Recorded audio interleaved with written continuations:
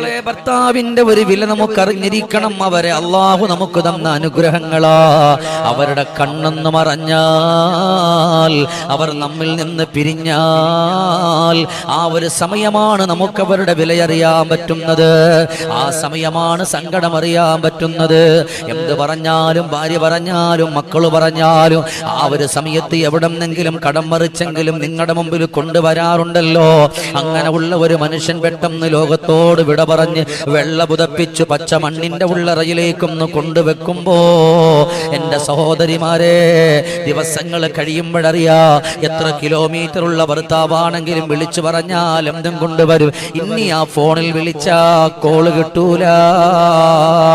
6 അടി മണ്ണിലാണ്. അള്ളാഹു ഇന്നലെ വരെ ചെയ്തെന്നിട്ടുള്ള മുഴുവൻ അനുഗ്രഹങ്ങളെയും അള്ളാഹു കളഞ്ഞല്ലോ. അവർ ലോകത്തോട് വിട പറയുമ്പോ അതിന്റെ ആ നിഅമത്ത്, അള്ളാഹു തന്ന നിഅമത്തുകൾ അന്ന് നമ്മൾ സൂക്ഷിക്കാതെ പോയി. ഇന്ന് നമ്മൾ കരയേണ്ടുന്ന ഒരവസ്ഥ വരുമ്പോ ആ ഒരു സമയത്താണ് നമ്മൾ അറിയുന്നത്.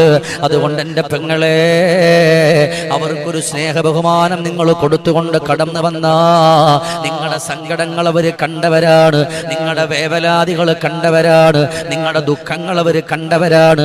അതുകൊണ്ട് അവരെ പരിഗണിക്കുമ്പോ അള്ളാഹു നിങ്ങൾക്കും ഒരുപാട് നിഅമത്തുകൾ ചെയ്യുമെന്ന് ലോകത്തിന്റെ രാജകുമാര മുഹമ്മദുർ റസൂലുള്ളാഹ്.